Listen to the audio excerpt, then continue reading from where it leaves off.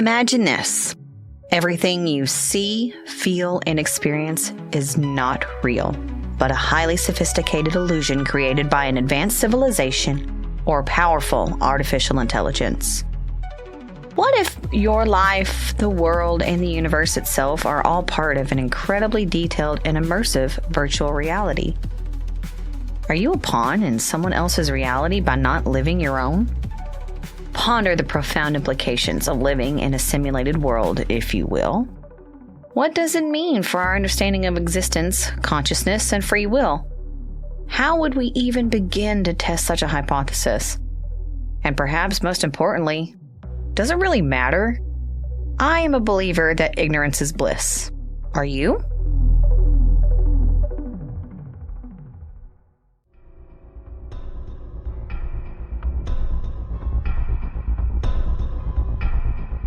Welcome to Tales from the Graves, where shadows lurk and whispers echo. Join us as we delve into the unknown, exploring tales of mystery, horror, and the supernatural. Be prepared to journey into the darkness, where the line between reality and nightmare blurs. I'm Jen. And I'm Jess.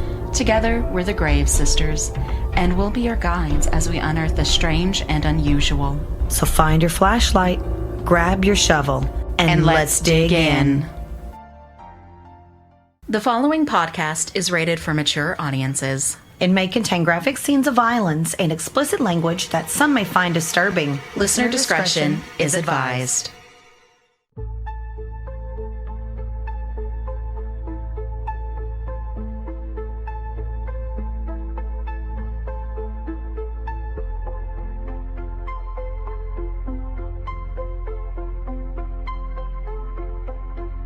All right, good day, grave diggers. We have made it.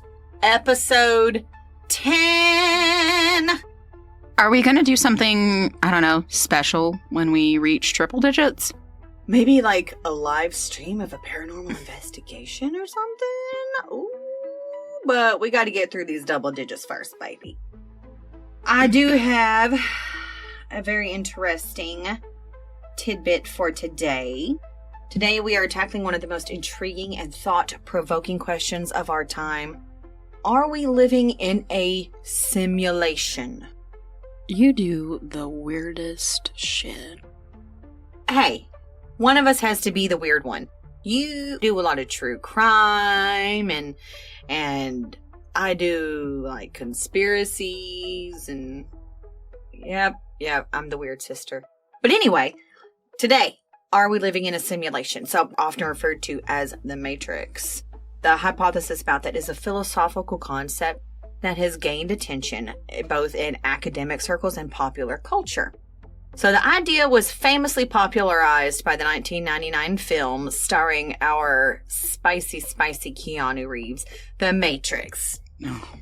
So here are a few points to consider.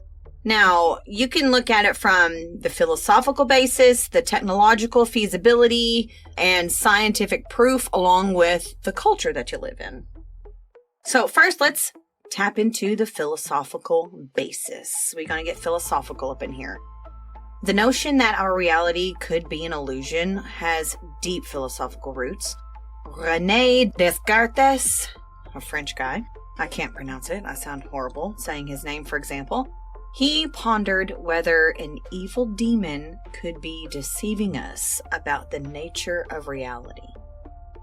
More recently, philosopher Nick Bostrom proposed a simulation argument, suggesting that it is possible that we could be living in a computer simulation. But ancient philosophical thoughts on the nature of reality and the possibility of it being an illusion or a deception can be traced to several notable thinkers and tradition.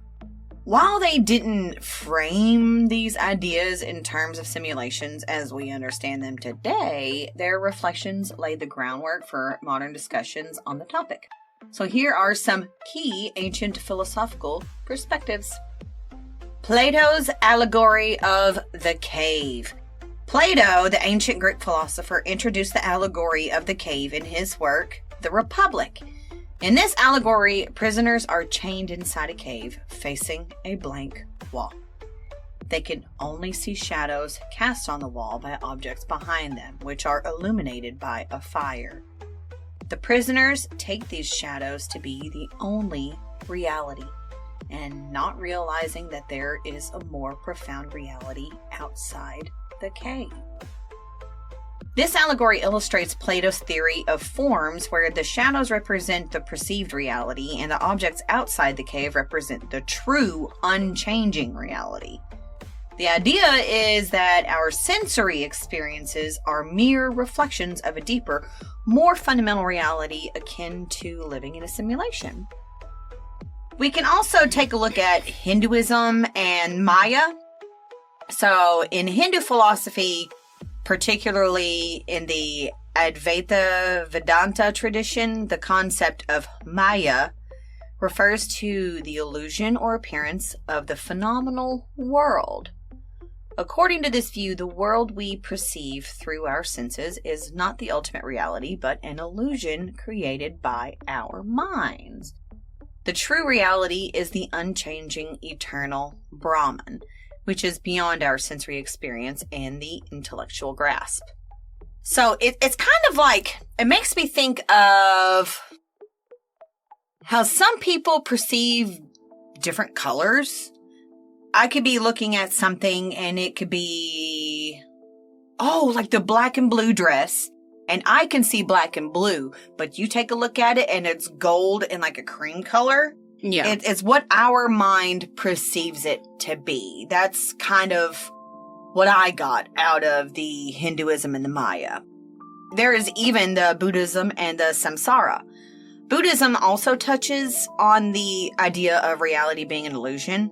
In Buddhist teachings, the cycle of birth, death, and rebirth, or the samsara, is characterized by suffering and ignorance. Enlightenment, or nirvana, is the state at which one sees through the illusions of the material world and understands the true nature of reality. This is somewhat analogous to breaking out of a simulated existence and realizing the underlying truths of existence.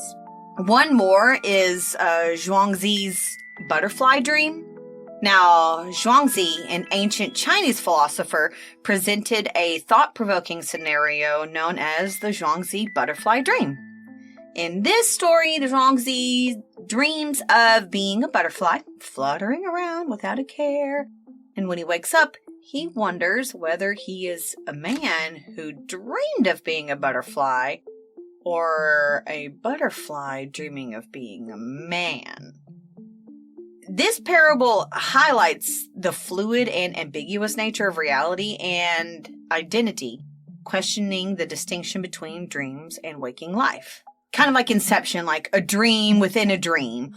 Or if you're dreaming and it's kind of lucid and you're like, am I awake right now? Somebody pinch me. Is this real? You know. Okay.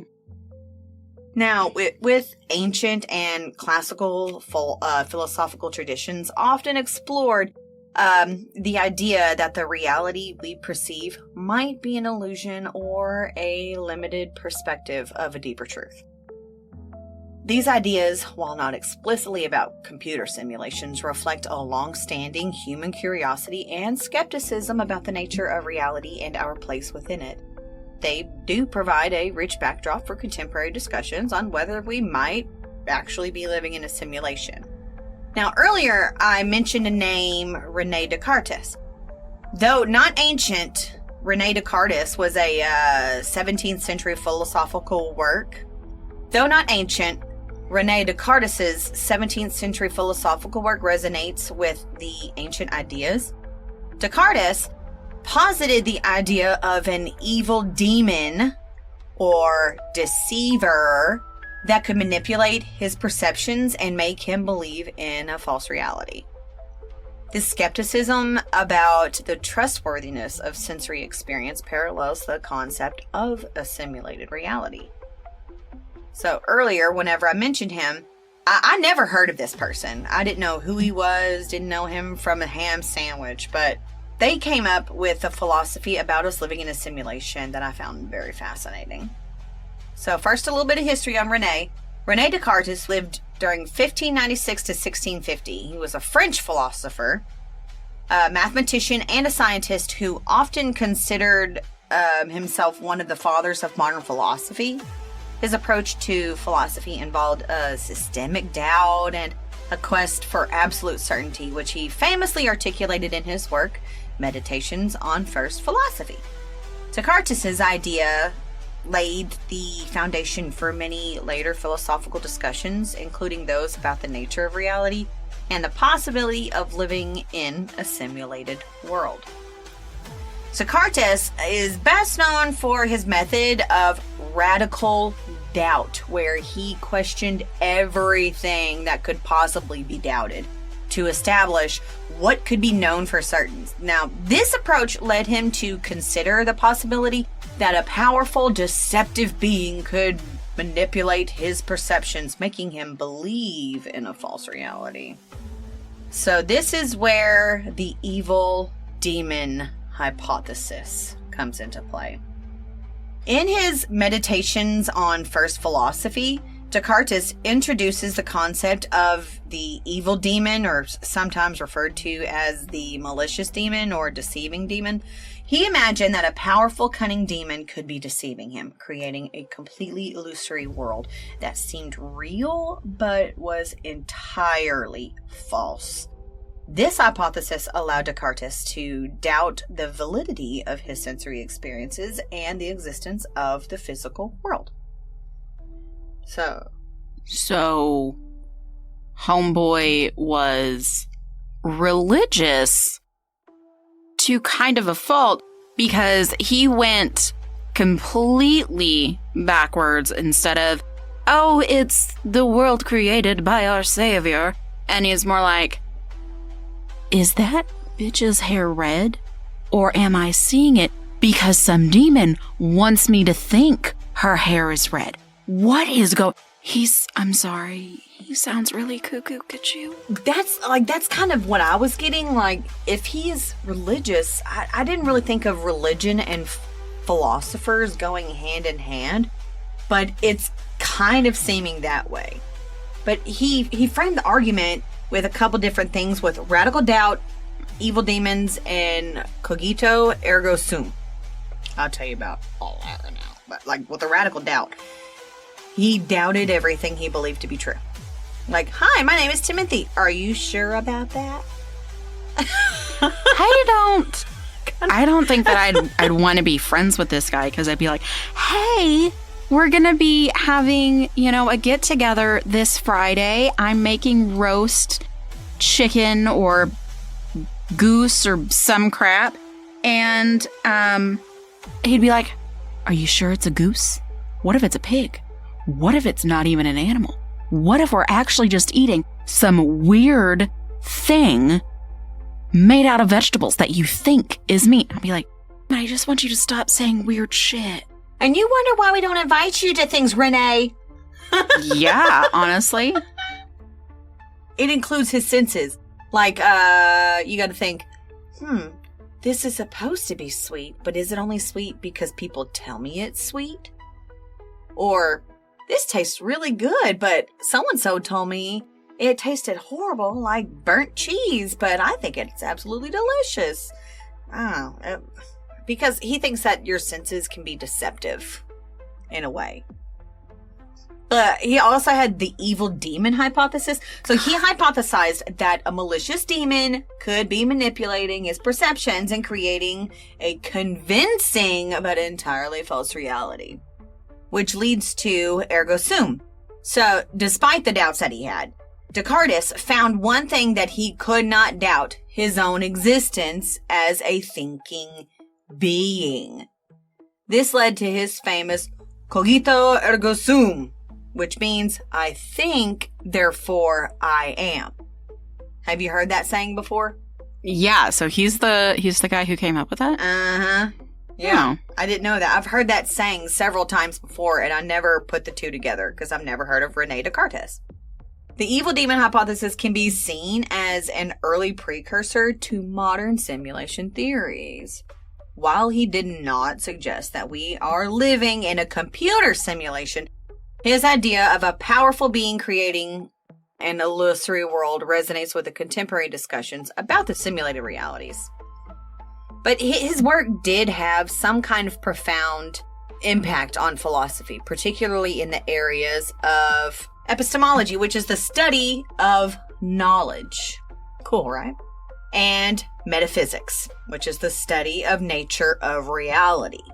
Mm-hmm. His method of doubt and emphasis on the certainty of self-consciousness have influenced countless philosophers and have contributed to ongoing debates about the nature of reality, perception, and existence.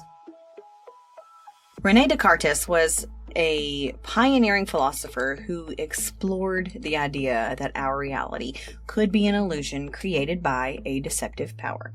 So his evil demon hypothesis, while not explicitly about the simulations, laid the groundwork for thinking critically about reliability of our perceptions.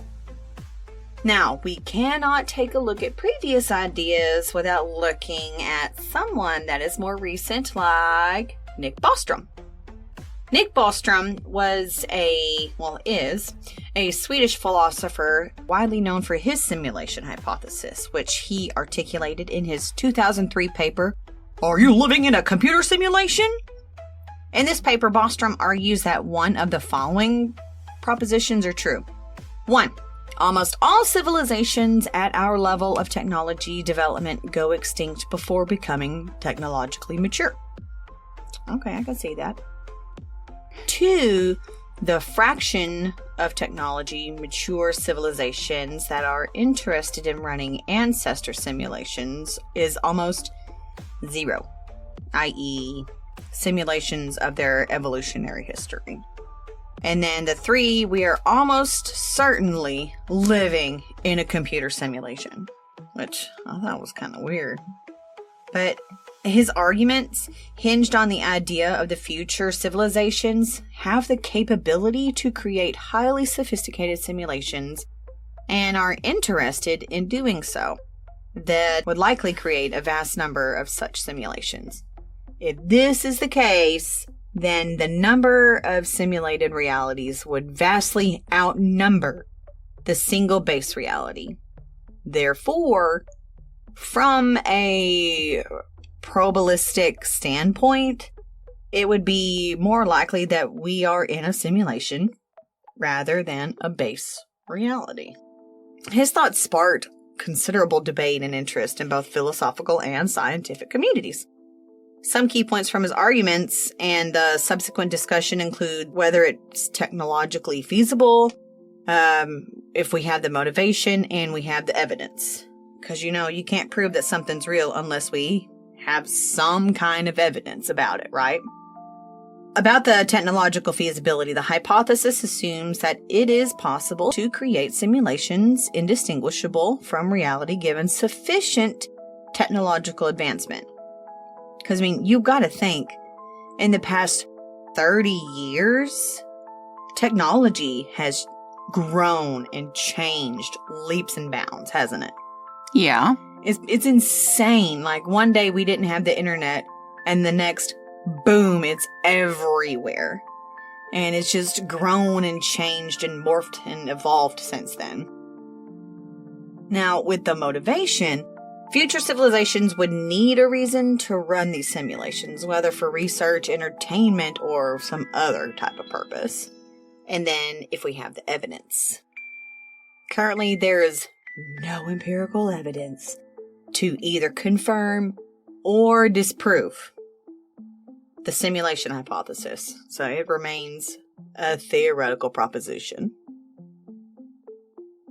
If I'm like thinking about this correctly, but I'm honestly doing my best to, roll with this, even though I don't believe it. That's the side that I'm on.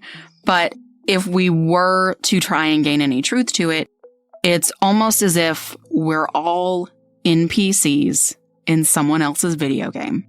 Like, free guy. Yeah, just going about our business, doing everything that we do. And it's, weird. So while everything is possible, at the same time, not everything is possible. Mm-hmm. Where, hey, yeah, this absolutely could be a simulation. But honestly, why would someone want to make an NPC with all of my issues? I mean, that whole, you start with chickens and you end up going off grid. I'm on a pipeline to that real fast. It's a little weird and creepy, but I know for me, I can feel it. I can touch it. It's real. Mm-hmm. And all of these philosophers are just like, there's no way that we can truly know whether or not we're essentially in a video game. Someone else is piloting the system and is running out these war scenarios that, countries do. And they're like, well, if we drop the nuke here, where's it going to go? Oh, well, how about the fog? It's almost as if they're doing that and we're just living our day-to-day life. And we don't realize that we're a part of one of these weird simulations of, what if this bitch in Arkansas was lactose intolerant? What kind of impact is that going to have on the world? Like the butterfly effect. Yes. Like if someone swats a butterfly all the way across the country, and then, all the way across the world, and then it impacts something that happens on the, Yeah, that Ashton Kutcher movie. Right? This is exactly what I'm talking about. Ballstrom's ideas have influenced discussions on artificial intelligence, like what we're discussing right now, and the future of human civilizations. While many find that the hypothesis is very intriguing, others criticize it for being unfalsible and speculative. He's just, this is how it is, deal with it. But Ballstrom has had some kind of huge influence on a very popular guy that we know particularly, named Elon Musk. Everybody knows who this dude is. I cannot mention being in a simulation without throwing that guy's name into the mix. So, Elon Musk has shared publicly several times his thoughts on being in the simulation for multiple occasions, particularly during interviews and public appearances. He's had a couple of key points, which the probability argument.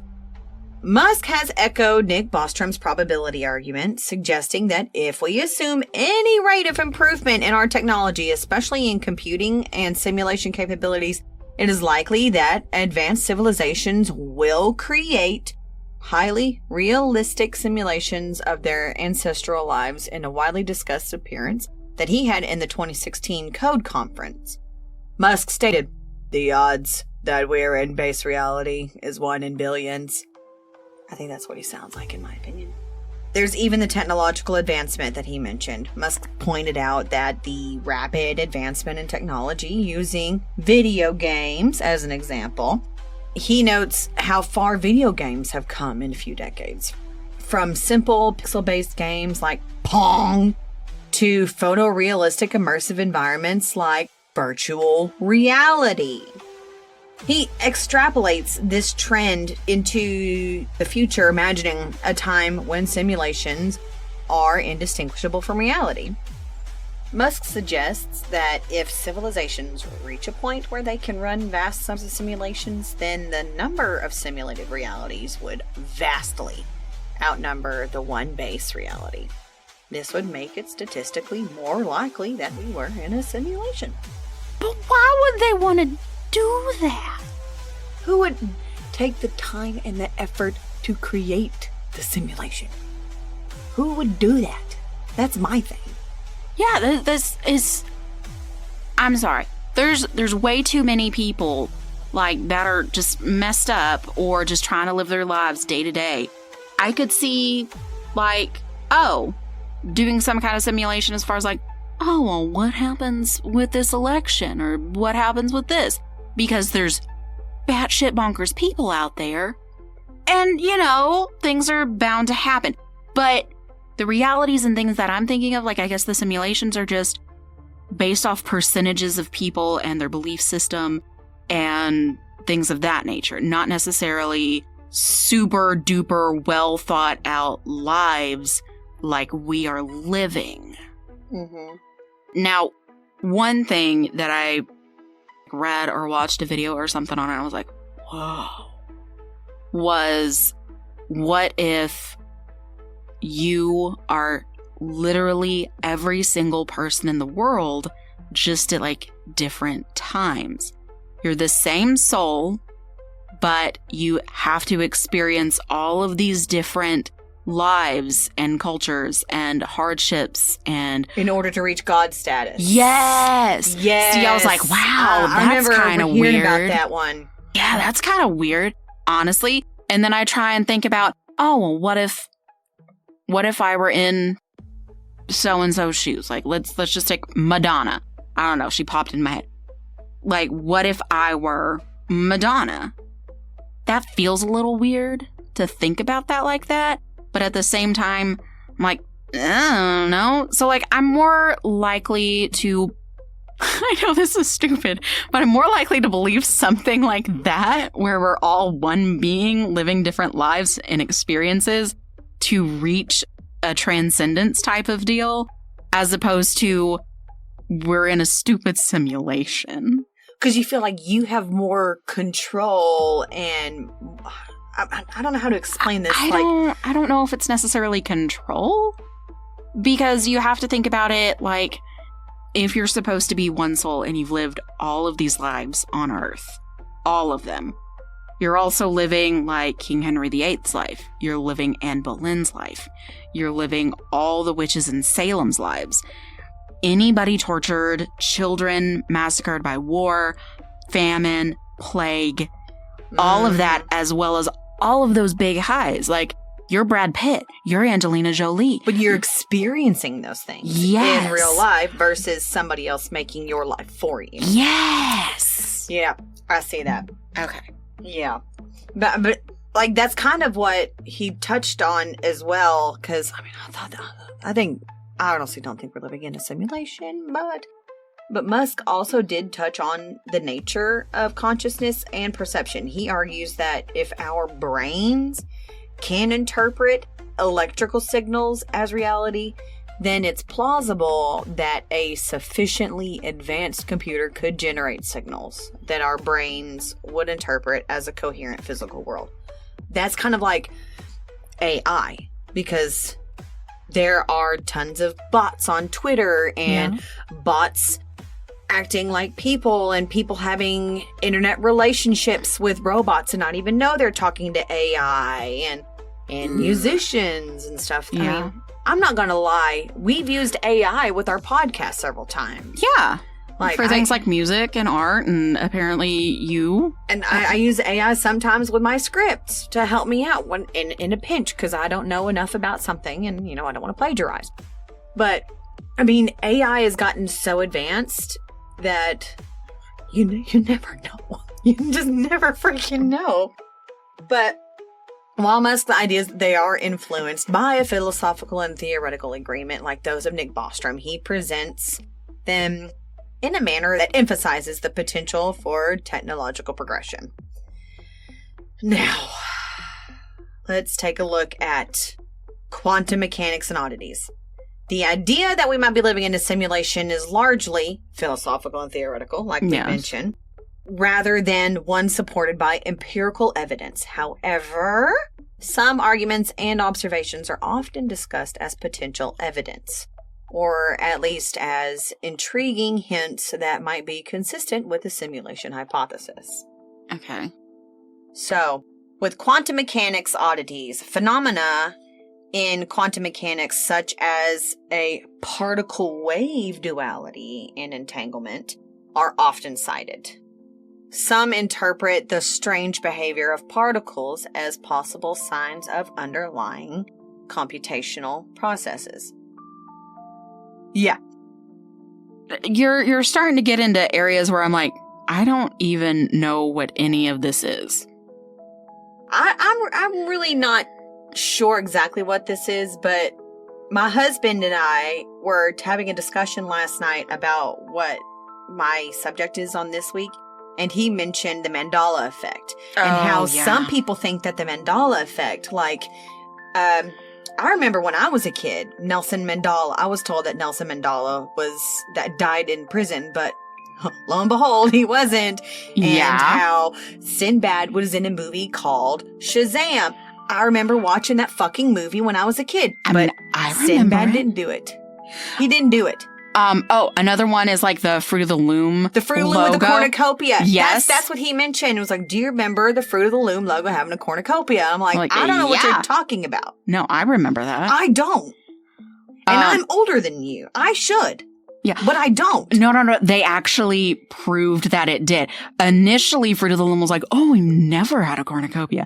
But somewhere, someone found actual images where it had a cornucopia. Well, they thought, Eric mentioned, my husband's name is Eric, he mentioned that a lot of these people, the Mandela effect didn't really start happening until they turned on this particle accelerator. And like all those particles inside the particle accelerator, like kind of branched off into like, could be like a new reality or like a multiverse. Are you talking about the accelerator down in, I forget where it's at, but like on the day of the solar eclipse, they were gonna smash two atoms together or something? Girl, I don't know. But I remember it was supposedly happened when we were younger. But yeah, I mean, it's been going for a really long time, I think. The Bernstein Bears. I saw a TikTok where a guy had 2 VHSs with the 2 different spellings on it. Yeah, but apparently one of them didn't exist. I'm like, no, it was the Bernstein Bears. That's the one I remember. I remember Berenstein, not Berenstain. Yeah! Oh my God. Okay. Anyway, so other than the quantum mechanics, there's even the mathematical nature of the physical laws. So the universe appears to be governed by mathematical laws, which some argue is suggestive of a computational framework. The precision and consistency of these laws could be seen as indicative of a programmed environment. That reminds me of the black tapes. Don't even get me started on the black tapes. Jessica put this on our road trip down to Orlando for our cruise, and I was hooked. It was so good, and it ended after 3 seasons, and they never, finished everything out. But the thing has to do completely with the fact that the universe is music, and there's the unsound, which if you add it or something, it does make all the equations or whatever fall into place. And it was just about a cult, and oh my gosh, it's just so good. But yeah, no, when you started saying the universe about equations and crap and math, and I'm like, that checks out. Right? There's also the look at the digital physics. Some physicists and philosophers like John Wheeler, with his it from bit idea, suggests that the universe could be fundamentally informational and digital in nature. This idea aligns with the concept of a simulation where the universe is essentially a digital construct. The physical constants of the universe appear to be finely tuned to allow for the existence of life. Some could even argue that this fine-tuning could be evidence of a designed environment akin to a simulation set up with specific parameters. There is even, could possibly be a computational limit. So there are suggestions that the universe might exhibit signs of computational limits, such as the maximum speed of light and the smallest measurable units of a space and time. And these could be interpreted as the resolution, quote unquote, limits of a simulation. Okay. Now, this is where we're going to have a little bit of fun. Glitches and anomalies. Like a glitch in the Matrix. You know what I'm talking about? Oh, yeah. Yeah. I mean, have you ever heard anyone say that they experienced a glitch in the Matrix?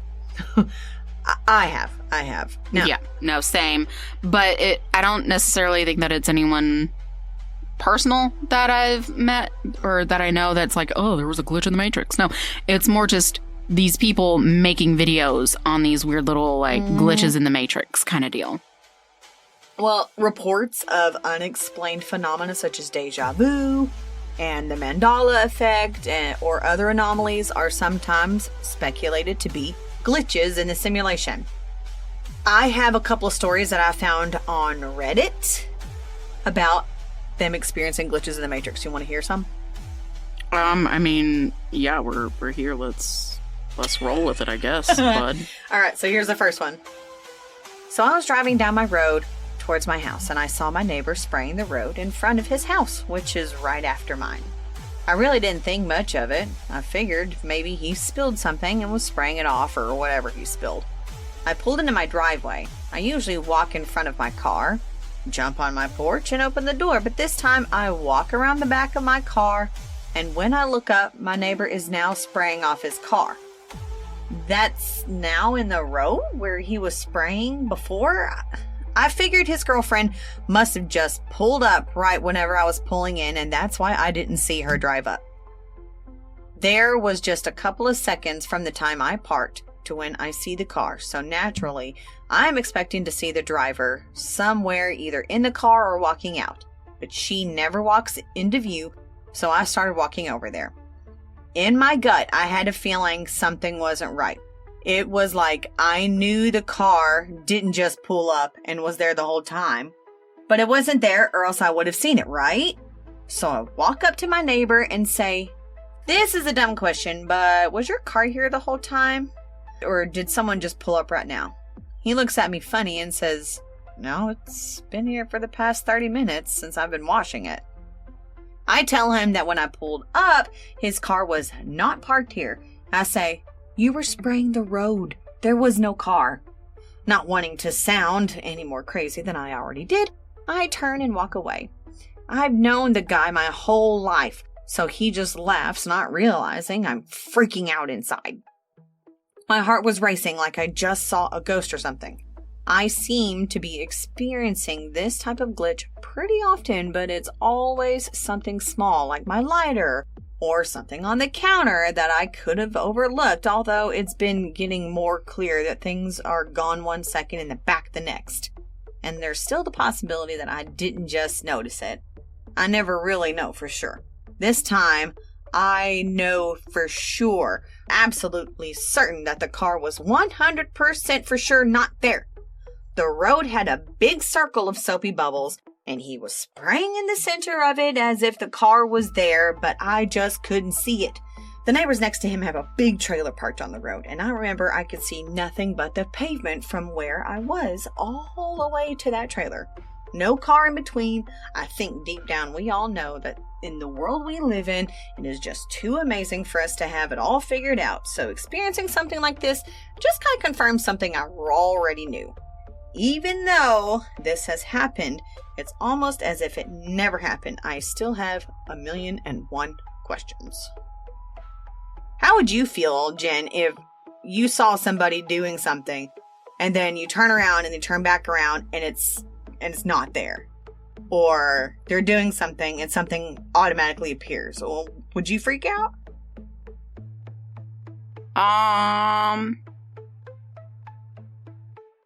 Honestly, being 100% honest, I have really bad ADHD. And half the time I am not paying attention. Okay? So if I do a double take, I'm like, huh. Yeah, no, that was probably always there. Yeah, probably. I don't know. Who cares? And I just go about my business. Now, the whole thing about like the Bernstein Bears, that kind of thing, I'm like, I freaking know. I know, because my ADHD wasn't that bad when I was a kid. But today, I don't know where one of my wireless mouses is for my Chromebook. Like, it was on top of my Chromebook. But I also have cats. And so I had to get the mouse that I don't really like because it's really low profile and I don't like how it feels in my hand. But I had to get that one. And I'm sure that when I go home, the boyfriend's going to be there and we're going to find my mouse. It's going to be found. It's going to be easy to find. I don't know why. But also, like... Is it a glitch in the Matrix? I don't think so. I think it's just a cat. I think it's just a cat, and the cat knocked it off, and now it's probably under the entertainment center, or underneath the ottoman, or hell, maybe even under the couch. I hope not. Ugh, that's where things go to die. So, well, this kind of story is, this next one is a little bit harder to suss out. This is about a person that appears or disappears. Hold on. So, my husband was cooking dinner last night. From where I was sitting on the couch, I could see most of the kitchen and down the hall. The part of the kitchen I couldn't see was the farthest part from me in the hallway. As I'm watching him cook, I can hear the cooking utensils in the pans, and I hear him moving stuff around. I see him walk out of view to the far end of the kitchen, and I can still hear him moving around in there. 3 seconds later, I see him walk out of the bathroom, down the hall, and into the kitchen. I guess I was in shock because I said, "Where did you come from?" And he replied that he had been in the bathroom for several minutes, as men usually are. I know there was only a few seconds from the time he walked to the far side of the kitchen and came out of the bathroom. There is only one entrance to the kitchen, so he couldn't have left it without me seeing him. There is no way he could have gone from the far side of the kitchen to the bathroom. We are on the top floor, so it would have involved cutting a hole in our neighbor's apartment and using a ladder to get back up into the tiny bathroom window from outside. I didn't tell him about it because he was already freaked out by weird things happening lately, like a shoe was moved from the hallway over a baby gate and onto the middle of our bed. The dogs don't play with shoes. They can't get through the gate, and they are too short to jump on the bed. Girl, I hate to break this to you, Miss Reddit ma'am. You got yourself a ghost. So here I am being like, I don't believe that we're in a simulation. I don't believe that crap. But I'm like, girl, your shoe moved. You got a ghost. There's a poltergeist, not a polterglitch. Well, no, because poltergeist is not technically an entity. It's a manifestation of energy, usually from a teenager being really angsty and building stuff up and then just crap happening. So poltergeists, by the way, are not like the movie from the 80s. It's just a manifestation of energy, and you probably need to take them to go to a, therapist or some crap. I thought that one was creepy. But, I mean, it is important to note that while all the points that we have discussed are in the context of a simulation or hypothesis, they do not constitute definitive evidence. The simulation hypothesis remains speculative and philosophical, with no direct empirical evidence supporting it. Critics argue that many of these points can be explained by other theories and that the hypothesis is unfalsifiable, making it difficult to test scientifically. But ultimately, whether or not we are living in a simulation remains an open question. Blending philosophy, science, and speculative fiction, it is a fascinating topic that encourages us to think deeply about the nature of reality and our place within it. And with all of that being said, Jennifer, you already stated that you definitely believe we are not living in a simulation. Oh, yeah. No, 100% don't believe that. Yeah, I don't think we are in the Matrix. I don't think there is enough evidence to back up the fact that we are in some kind of simulation. I honestly don't think so. What about you, Gravediggers? Do you think we're in a simulation? Do you think we're not? Are you more the philosophical type? Or the scientific type? Or, shoot, do you believe that a demon is making you believe what you want to believe? We want to know what you think, Gravediggers. Email us, comment, subscribe, follow, rate, review, all that jazz. But as far as living in a simulation, I think we're just going to let it rest. Yeah, honestly, no. Yeah. We'll talk to you later, Gravediggers. Love ya. Bye. Bye.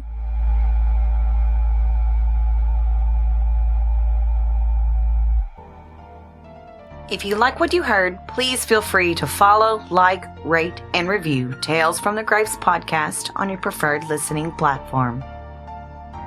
We also would like to know what you think and what topic you suggest we unearth next. Email us at talesfromthegravespod@gmail.com or reach out to us at Tales from the Graves podcast on Instagram. And if you have Discord, join us in the graveyard. The link is in our bio on our Instagram as well as this listening platform. Thanks again, Gravediggers.